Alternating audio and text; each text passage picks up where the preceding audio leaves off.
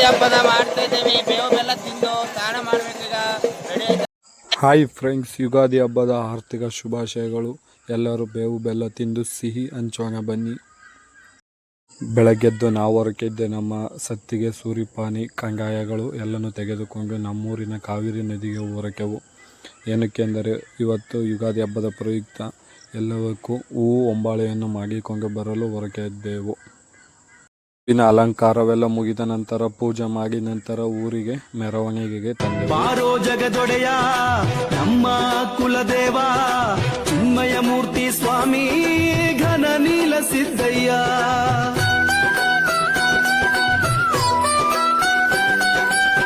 ಭಂಗಿ ನೀಲಿ ಪ್ರಿಯನೇ ಭವರೋಗದೊಡೆಯನೇ ಮಾಯವದ್ದು ಮೋಡಿನೆಲ್ಲ ಗೆದ್ದ ಸಿದ್ದಯ್ಯನೇ.